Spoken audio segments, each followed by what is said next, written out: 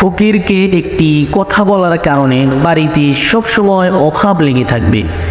বিপদ আপদ বালা মুসিবত অভাব অনটন একটার পরে একটা লেগেই থাকবে এবং কি আল্লাহর সমস্ত রহমত বরকত আপনার ঘর বাড়ি ব্যবসা বাণিজ্য ক্ষেত খামার আপনার যত সম্পদ আছে প্রত্যেকটি সম্পদের উপর থেকে আল্লাহর রহমত বরকত উঠে যাবে এবং আল্লাহর গজব নাজিল হবে, আল্লাহর লানত নাজিল হবে। শুধু তাই নয়, ফকিরকে একটি কথা বলার কারণে আপনি আস্তে আস্তে গরিব হয়ে যাবেন, আপনার সমস্ত সম্পদ ধ্বংস হয়ে যাবে, আল্লাহ তাআলা সমস্ত সম্পদকে কেড়ে নেবেন, ধ্বংস করে দিবেন।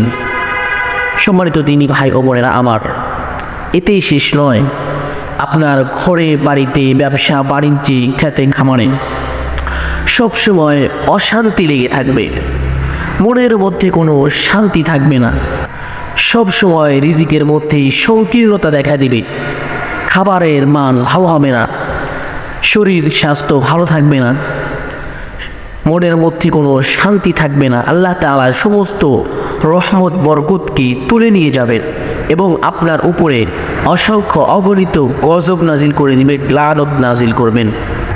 অতএব সম্মানিত দিনী ভাই ও বোনেরা আমার, কোরআন এবং হাদিস থেকে আজকের আলোচনাটি হবে, প্রত্যেকে আলোচনাটি শুনব এবং যেই সকল বিষয়গুলো এই সকল বিষয়গুলো আমরা জানব।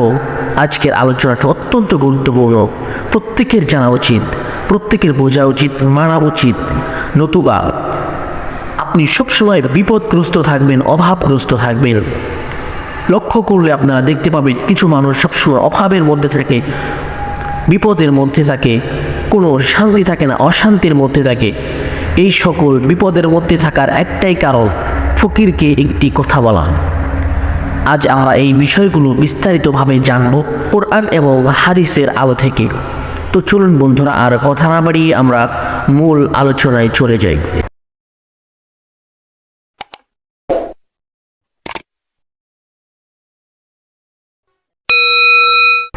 সম্মানিত দিনী ভাই ও বোনেরা, ফকির যদি সাহায্য চাওয়ার সময় একটি কথা বলে ফেলে আর সে কথা শোনা সত্ত্বেও আপনার কাছে সম্পদ থাকা সত্ত্বেও আপনি ফকিরকে একটি কথা বলে ফকিরকে খালি হাতে ফিরিয়ে দেন, তাহলে আপনার ঘরে বাড়িতে ব্যবসা বাণিজ্যে খেতে খামারে কখনোই আল্লাহর বরকত আসবে না, রহমত আসবে না। সর্বদা আপনার বাড়ি ঘরে খেতে খামারে ব্যবসা বাণিজ্যে আল্লাহর লানত আসবে, গজব আসবে, আপনার সম্পদ আল্লাহ তাআলা ধ্বংস করে দিবেন। শুধু তাই নয় সম্মানিত দিনী ভাই ও বোনেরা, কাল কিয়ামতের ময়দানে আপনাকে এই ভুলটি করার জন্য জাহান্নামে যেতে হবে। যদিও আপনি পৃথিবীর সবচাইতে ভালো মানুষ হন, পৃথিবীর সবচাইতে আমলদারি মানুষ হন, আপনি যদি পৃথিবীর সমস্ত আমল করে থাকেন, ভালো কাজ করে থাকেন, এরপরেও আপনাকে এই ছোট্ট একটি ভুল করার কারণে আপনাকে জাহান্নামে যেতে হবে। কাল কিয়ামতের ময়দানে আপনি জান্নাতে যেতে পারবেন না, শুধুমাত্র এই ছোট্ট ভুলটি করার কারণে। আল্লাহ রাসূল সাল্লাল্লাহু আলাইহি ওয়াসাল্লাম বলেন, মা মিন ইয়াউমি ইসহাইবুল ইবাদু ফীহি ইল্লা মালাকানি ইয়ানজিলানি ফায়াকুলু আহাদুহুমা আল্লাহুম্মা আ'তি মুমসিকান খলাফা ওয়া ইয়াকুলুল আখার আল্লাহুম্মা আ'তি মুমসিকান খলাফা। নবী করিম সাল্লাল্লাহু আলাইহি ওয়াসাল্লাম বলেন, মানুষ যখন সকাল করে, মানুষ যখন ঘুম থেকে উঠে, আল্লাহ তাআলার পক্ষ থেকে প্রত্যেকটি বান্দার কাছে দুইজন ফেরেশতা নাজিল করেন। একটি ফেরেশতা বান্দার জন্য রহমতের দোয়া করেন, সারাটি দিন বান্দার জন্য আল্লাহর কাছে রহমতের দোয়া করেন, আর একটি ফেরেশতা বান্দার জন্য আল্লাহর কাছে লানতের দোয়া করেন, গজবের দোয়া করেন। সারাটি দিন ওই ফেরেশতা বান্দার জন্য আল্লাহর কাছে শুধু গজব কামনা করেন, গজব প্রার্থনা করেন। সম্মানিত দিনী ভাই ও বোনেরা আমার, নবী করিম সাল্লাল্লাহু আলাইহি ওয়াসাল্লাম বলেন, যে ব্যক্তি মানুষকে সদাকা করে, আল্লাহর রাস্তায় দান সদাকা করে, খরচ করে, ব্যয় করে, তার নিজের সম্পদকে আল্লাহর সন্তুষ্টির জন্য, আল্লাহকে খুশি করার জন্য ওই ব্যক্তির জন্য রহমতের ফেরেশতা সকাল থেকে সারা দিন রাত্র পর্যন্ত দোয়া করতে থাকে, হে আল্লাহ, আপনি আপনার এই প্রিয় বান্দার দানের প্রতিদান তাকে দান করুন। আর যেই বান্দা আল্লাহর রাস্তায় ব্যয় করে না, তার কাছে সম্পদ থাকা সত্ত্বেও আল্লাহর রাস্তায় তার মাল থেকে কিছু মাল খরচ করে না, তার সাধ্য অনুযায়ী দান সদাকা করে না, ওই ফেরেশতা, লানতের ফেরেশতা তার জন্য শুধু লানতের দোয়া করে। সকাল থেকে রাত্র পর্যন্ত তার জন্য লানতের দোয়া করেন। আল্লাহকে বলে, ইয়া আল্লাহ, আপনি এই বখিলকে, এই কৃপণকে ধ্বংস করে দিন। নাউজুবিল্লাহ। একটি ফেরেশতা যদি কোনো বান্দার জন্য লানতের দোয়া করে, তার মতো কপাল পোড়া হতভাগা আর পৃথিবীতে কে হতে পারে? সম্মানিত দিনী ভাই ও বোনেরা, এখন আমরা জানব, ফকির যদি একটি কথা বলে আপনার কাছে সাহায্য চায়, আর আপনি যদি আপনার কাছে সম্পদ থাকা সত্ত্বেও সেই ফকিরকে অথবা কোনো মানুষকে আপনি ফিরিয়ে দেন খালি হাতে, তাকে সম্পদ দান না করেন, টাকা পয়সা তাকে দান সদাকা না করেন, তাহলে আল্লাহর রহমত আপনার উপর থেকে উঠে যাবে, আল্লাহর গজব আপনার উপরে নাজিল হবে। আপনার বাড়িতে সবসময় বিপদ আপদ বালা মুসিবত একটার পরে একটা লেগেই থাকবে, অভাব অনটন সব সময় দেখা দিবে, বাড়িতে অশান্তি লেগেই থাকবে, বাড়িতে সবসময় আগুন জ্বলবে ধাও ধাও করে, বাড়িতে ঝগড়া বিভেদ এগুলো হতেই থাকবে একটার পরে একটা। সম্মানিত দিনী ভাই ও বোনেরা আমার, তার আগে আমরা কুরআনুল কারীম থেকে আল্লাহ তাআলা কি বলেছেন আমরা সেই বিষয়গুলো জেনে আসি। আল্লাহ পাক রব্বুল আলামিন কুরআনুল কারীমের সূরাতুল বাকারা 3 নম্বর পারা 5 নম্বর পৃষ্ঠার মধ্যে আল্লাহ পাক রব্বুল আলামিন বলেন, ইন তুবিদুস সাদাকাতি ফানি'মাহি। আল্লাহ পাক রব্বুল আলামিন বলেন, তোমরা যদি প্রকাশ্যে সদাকা করো তাহলে সেটা উত্তম। আল্লাহ পাক রব্বুল আলামিন অতঃপর বলেন, وَإِن تُخْفُوهَا وَتُؤْتُوهَا الْفُقَرَاءَ فَهُوَ خَيْرٌ لَكُمْ। আল্লাহ পাক রব্বুল আলামিন অতঃপর বলছেন, আর তোমরা যদি গোপনে ফকিরের হাতে তোমাদের সাহায্যকে তুলে দাও তাহলে এটা হচ্ছে আরো বেশি উত্তম।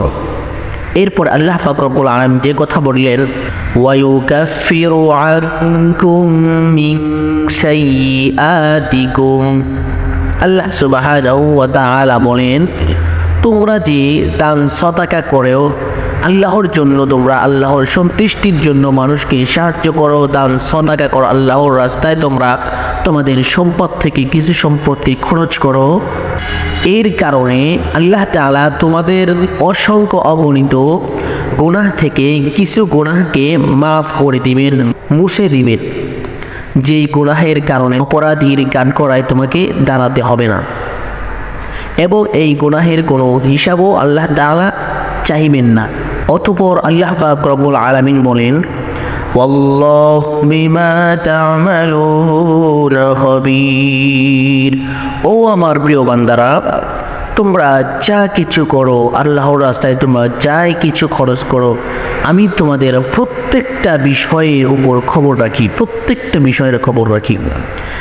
অতঃপর আল্লাহ পাক রব্বুল আলামিন আমাদেরকে আরো জানিয়ে দিলেন, লাইসা আলাইকা হুদাহুম। ও আমার প্রিয় বান্দারা, লাইসা আলাইকা হুদাহুম, হেদায়েতের মালিক আমি আল্লাহ, শুধুমাত্র আমি আল্লাহর কাছেই হেদায়েত আছে, আমি আল্লাহ যাকে চাইবো তাকে হেদায়েত দান করব। ও আমার বান্দারা, তোমরা হেদায়েতের মালিক নও, হেদায়েতের মালিক শুধুমাত্র আমি আল্লাহ। আল্লাহ পাক রব্বুল আলামিন অতঃপর বলেন, ওয়ামা তুনফিকু মিন খায়রিন ফালিআনফুসিকুম। তোমরা যা আল্লাহর রাস্তায় ব্যয় করো তা কেবলমাত্র তোমাদের জন্যই ব্যয় করো। ওয়ামা তুনফিকুনা ইল্লা ইবতিগা ওয়াজহিল্লাহ। আর আল্লাহকে সন্তুষ্টি করার জন্য ব্যয় করো। তোমরা যেহেতু আল্লাহকে সন্তুষ্টি করার জন্য ব্যয় করো, আল্লাহ তোমাদের সম্পদকে তোমরা আল্লাহর রাস্তায় যা খরচ করো, আল্লাহ তোমাদেরকে তা পরিপূর্ণভাবেই দিয়ে থাকেন। আল্লাহ তাআলা বুঝিয়েছেন, ও আমার প্রিয় বান্দারা, তোমরা আমার রাস্তায় যা কিছু ব্যয় করো, তোমাদের সম্পদ থেকে যতটুকু ব্যয় করো, আমি তা পরিপূর্ণভাবেই তোমাদেরকে দিয়ে থাকি। আল্লাহ পাক রব্বুল আলামিন অতঃপর বলেন, ওয়া আনতুম লা তুযলামুন। ও আমার বান্দারা, শুনে রাখো, আল্লাহ তাআলা তোমাদেরকে কখনো জুলুম করেন না, তোমাদের অবিচার করেন না। আল্লাহ তাআলা জুলুমকারী নয়। আল্লাহ তাআলা হলো দয়াশীল, ক্ষমাশীল, রহমশীল। আল্লাহ সবসময় রহম করেন, ক্ষমা করেন, দয়া করেন। আল্লাহ তাআলা কোনো বান্দাকে জুলুম করেন না। আল্লাহ তাআলা কোরআনুল কারীমের মধ্যে আমাদেরকে জানিয়ে দিলেন। কত সুন্দর আলোচনা আল্লাহ তাআলা আমাদেরকে কোরআনুল কারীমের মধ্যে বলে দিয়েছেন। এখন আমরা জানব, ফকির যদি সাহায্য চাওয়ার সময় একটি কথা বলে আমাদের কাছে সাহায্য চায়, আর আমাদের কাছে সম্পদ থাকা সত্ত্বেও আমরা সেই কথাটি শোনা সত্ত্বেও যদি ফকিরকে সাহায্য না করি, তাহলে আল্লাহ তাআলা আমাদেরকে এই সকল গজব দিবেন, এবং যদি সাহায্য করি আল্লাহ তাআলা আমাদেরকে এই সকল বারাকাহ দান করবেন। তো চলুন এখন আমরা জানবো কি এমন কথা ফকির বললে তাকে অবশ্যই সাহায্য করতে হবে, নতুবা আমাদের ঘরে বাড়িতে, ব্যবসা বাণিজ্যে, খালে বিলে, নদী নালায়, আমাদের খেতে খামারে আমাদের যত অর্থ সম্পদ আছে, প্রত্যেকটি জায়গায় আল্লাহর লানত আসবে, গজব আসবে, আল্লাহর রহমত আসা বন্ধ হয়ে যাবে। কি এমন কথা ফকির বলে থাকে ভিক্ষার সময়, সাহায্য চাওয়ার সময়? সম্মানিত দিনী ভাই ও বোনেরা, সেই কথাটি হলো, ফকির, আপনারা লক্ষ্য করলে বিষয়টি আপনারা বুঝতে পারবেন। দেখবেন কিছু ফকির বা কোনো মানুষ আপনাকে বলবে, আল্লাহর হস্তে আমাকে সাহায্য করো, আল্লাহর হস্তে আমাকে একটা কিছু দাও, আল্লাহর হস্তে আমাকে ওই জিনিসটা দাও। ওই ব্যক্তি, যে ব্যক্তি আপনার কাছে আল্লাহর হস্তে চাইলেও, সেই ব্যক্তি যদি পৃথিবীর সবচেয়ে ধনী মানুষও হয়, পৃথিবীর সবচাইতে দামি গাড়িতে আরোহণ করে আপনার কাছে এসে ভিক্ষা চায়, তবুও ওই ব্যক্তিকে আপনার ভিক্ষা দিতে হবে, সাহায্য দিতে হবে, নতুবা আল্লাহর গজব আপনার জন্য অবধারিত। সম্মানিত দিনী ভাই বোনেরা আমার, আল্লাহ রাসূল সাল্লাল্লাহু আলাইহি ওয়াসাল্লাম আমাদেরকে জানিয়ে দিয়ে গেছেন। আল্লাহ রাসূল সাল্লাল্লাহু আলাইহি ওয়াসাল্লাম বলেন, হে আমার সাহাবীরা, যদি কোনো মানুষ ঘোড়ায় আরোহণ করে তোমার কাছে সাহায্য চাওয়ার জন্য আসে, তবুও তুমি তাকে খালি হাতে ফিরিয়ে দিবে না, তাকে সাহায্য দান করিবে। সম্মানিত দিনী ভাই ও বোনেরা আমার, আশা করি আপনারা বুঝতে পেরেছেন বিষয়টি কতটা গুরুত্বপূর্ণ। অতএব সম্মানিত দিনী ভাই ও বোনেরা আমার, প্রত্যেকের কাছে আমার একটি কথা থাকবে, একটি রিকোয়েস্ট থাকবে, এই ভিডিওটি শুধুমাত্র ইসলাম প্রচারের লক্ষ্যেই, এই গুরুত্বপূর্ণ হাদিসটি প্রচার করার লক্ষ্যে ভিডিওটি শেয়ার করে দিবেন। অবশ্যই যেহেতু একটি দ্বীনি ভিডিও, ইসলামিক ভিডিও, আপনি একটি ভিডিওতে লাইক করবেন এবং আপনার পবিত্র মতামতকে কমেন্টে জানিয়ে দিবেন। আপনারা যদি এই ভিডিওতে একটি লাইক করেন, একটি কমেন্ট করেন আর একটি শেয়ার করেন, তাহলে হয়তোবা আমার অনেক বেশি উপকৃত হবে এমন না, আমি কোটিপতি হয়ে যাব এমনও না, কিন্তু আপনার একটি শেয়ার, লাইক আর কমেন্টের কারণে এই ভিডিওটি আরও হাজার হাজার মানুষের কাছে পৌঁছে যাবে। প্রত্যেকটি মানুষ এই ভিডিওটি দেখে এই হাদিসটি জানতে পারবে, আলোচনাটি শুনতে পারবে এবং এখান থেকেই দ্বীনের কিছুটা অংশ তারা জানতে পারবে। আর আপনার কারণে তারা এই দ্বীনের কিছু বিষয় জানলো। এই জানার মাধ্যমে যতটুকু সওয়াব তার আমলনামায় জমা হোক বা না হোক, আপনার আমলনামায় ঠিকই জমা হয়ে যাবে। সুবহানাল্লাহ। অতএব প্রিয় দিনী ভাই ও বোনেরা আমার, প্রত্যেকেই ভিডিওটি নেক নিয়তে ইসলাম প্রচারের লক্ষ্যে শেয়ার করে দিবেন। প্রত্যেকের, বিশেষ করে ফেসবুক আইডি এবং বিভিন্ন টিকটক, বিভিন্ন আইডির মধ্যে এই আলোচনাটি শেয়ার করে দিবেন, যেন আমাদের প্রত্যেকটি দিনী ভাই ও বোন আলোচনাটি শুনেন, তারা এই বিষয়টি সচেতন থাকতে পারে, নতুবা তারাও আল্লাহর গজবের মধ্যে লিপিবদ্ধ হয়ে যাবে। অতএব আমাদের উচিত তাদেরকে গজব হতে বাঁচানো এবং তাদেরকে সহজ সরল পথ দেখানো।